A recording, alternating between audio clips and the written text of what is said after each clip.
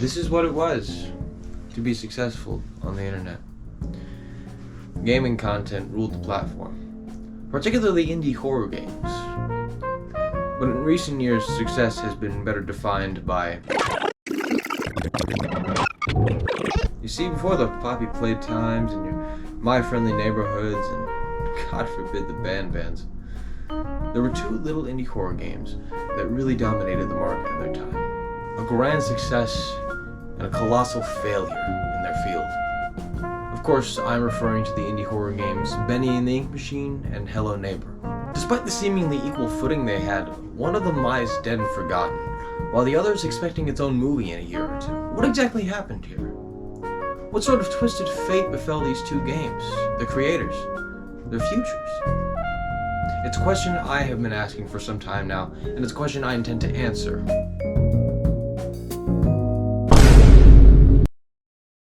Indie is a shorthand or slang term for the word independent, typically used in reference to mediums like film, music, or, in this case, a game. Hello Neighbor fell into the sort of category, being produced by the then indie game studio Dynamic Pixels, and released sometime in 2016. Or was it? See, being an independent studio, Dynamic Pixels had no way to export their project and make sure it was guaranteed to hit the market. So they employed the help of another popular studio, Tiny Build, which was just coming off success from its release, No Time to Explain, earlier that year. Follow me to... Oh, Christ! Tiny Build was more than happy to publish their game on the online video game distributor Game Jolt. The first alpha was released, and alpha is a sort of demo of the game that's released in multiple parts, leading up to the final version. Bendy and the Ink Machine had a similar strategy, releasing multiple chapters before releasing the full game.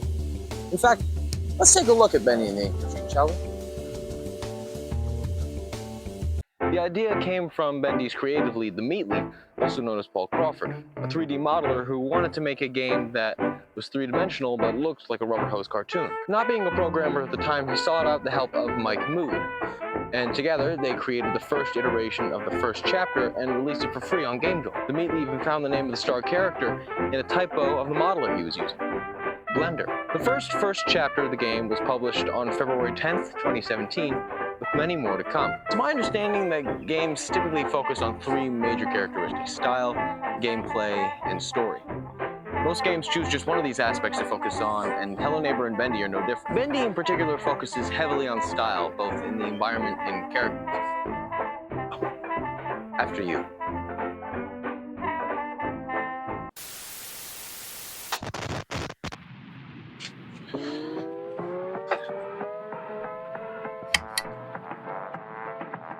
This is what a majority of Bendy looks like. Cramped, dimly lit, never-ending hallway.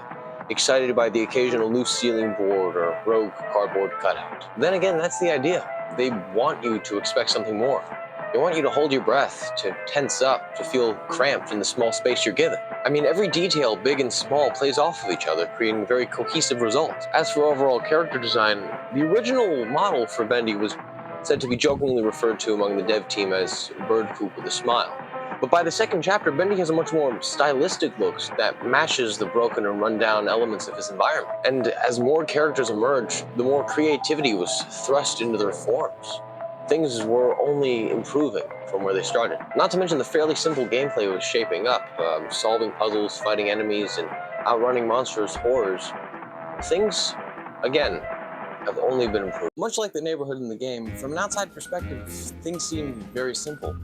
From the buildings to the characters to the objects in the game, everything looks cartoonish but believable. But at the same time, a lot of the elements of the game have very uncanny feelings, as though you're running down a dream. Finding things like a magnet gun to get a key for the mannequin birthday room, both of which are real things in the game's alphas. In fact, it seems like the further in you tread to the neighbor's house, the more it seems like a French cartoonist got bolder with every stroke of his pen. But Hello Neighbor was much stronger in terms of gameplay. It presented itself as more of an action stealth game. Hiding from the neighbor, collecting items, and solving puzzles, with the ultimate goal of reaching the neighbor's basement where, well, we don't need to get into all that just yet. Anyways, the most interesting part of the game was the neighbor itself, powered by an AI. Whoa. Hey, it's not that kind of AI. It's like a cool AI, okay? Normal AI. Sheesh. Anyway, it was powered by an AI that would learn from player behavior to match its defenses. For example, if you enter the neighbor's house through a window multiple times, the neighbor would then begin to board up the windows. This gameplay mechanic really intrigued people because it forced you to think outside of the box in order to outsmart it. You like DA games? Their early work was a little too new wave for my taste. But when their indie horror songs came out in 2017, I think they really came into their own, commercially and artistically. In fact, all their albums from that point have a clear, crisp sound and a new sheen of consummate professionalism that really gives the songs a big boost.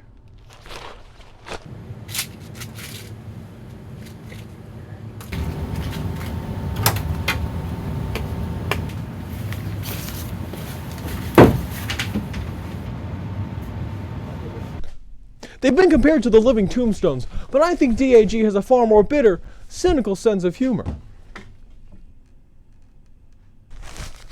Yes, Alan? No, Alan. Yes, it is! In February, they released this, their most accomplished single. I think it's their undisputed masterpiece, Build Our Machine. A song so catchy, most people probably don't listen to the lyrics. And why would they? The song came out after the first release of the game's second chapter, far too early to have any real bearing on the series as a whole. Hey, fool! Ah! Funny enough, DA Games also released a song for Hello Neighbor, Get Out, and despite using a whoopee cushion for bass line, it became almost as successful as Build Our Machine. In fact, it seemed with every new release, every new update, the fan base of either game doubled. People became invested in these games, and the creators behind them became invested in their players. I don't be seeing what the big deal is. So what if I went and painted some of those bendy dolls with a crooked smile? That's sure no reason for Mr. Drew to be flying off. To be flying off the handle at me? Oh, that's awesome! You see, the real problem with Mr. Drew Wait, is that he never wait, actually wait, tells wait. us little people anything. This is me! Sure, according to him, there's always big This is stuff me. coming, adventure and fame and the like. Oh my But god! I'm the This guy is the ones they who choose. has to make sure Chapter after chapter, alpha after beta, people only got more excited about the characters, the story, the lore. The way people became obsessed with the lore. There were so many questions and theories surrounding Bendy, but one question plagued the minds of Hello Neighbor fans for months. What was in the basement? Seeing how both developers recognized the ravenous devotion their respective fan bases had to solving their stories, they decided to give them a story to solve. Partnering with Scholastic Publishers, Books! They're doing books now. Hello Neighbor began its book series first on September 11th. Really?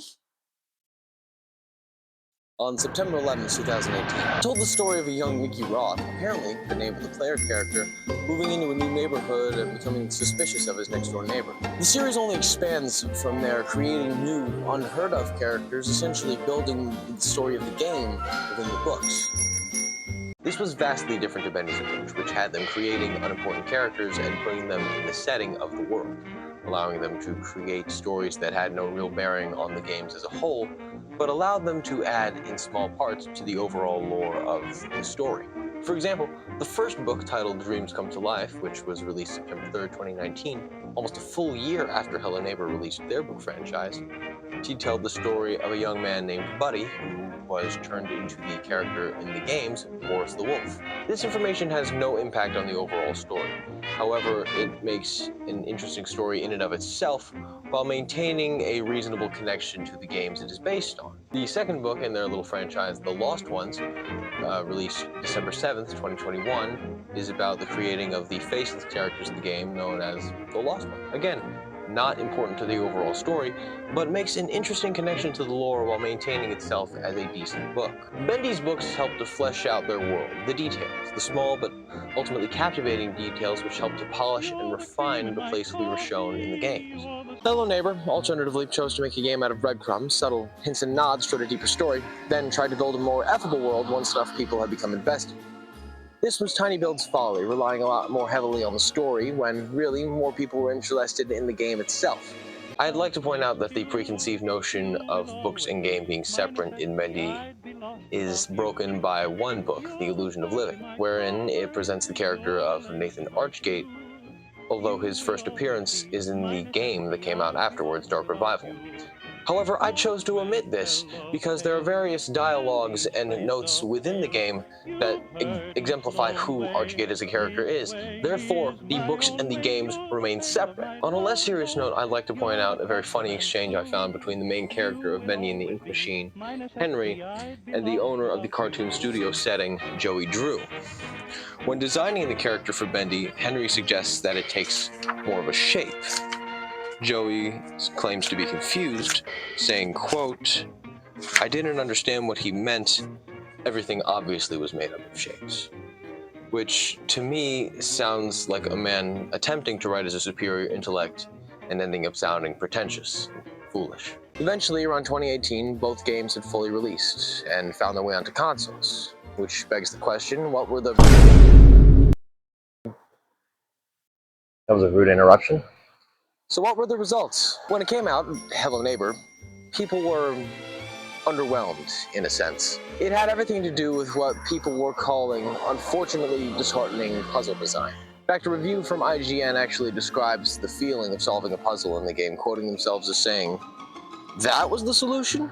How would anyone have ever made those connections?" The game took their gameplay and put it aside to enhance their less crucial detail, that being the mystery of what's in the basement. The old days of Hello Neighbor were fun because all the answers were in the actual game itself. Anyone could just pick up the game and understand it. And for those who were truly dedicated fans that wanted to go a level deeper, all the clues were in the game, minus a few small details that might have been left on a Twitter page or some website. But nowadays, all these indie horror franchises, they're basically asking us to do homework, because to understand anything in the recent games, you have to have read the 1,400 pages spread across their 7 books. Eventually, the basement just became whatever they needed it to be. The start of the game, the platforming section, it didn't really matter anymore.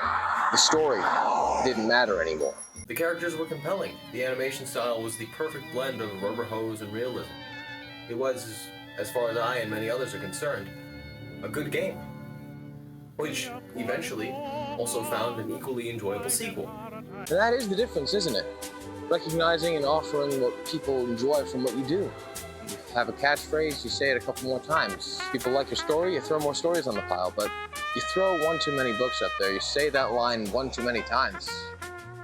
It won't be as enjoyable, will it? Suppose that's why people prefer Bendy.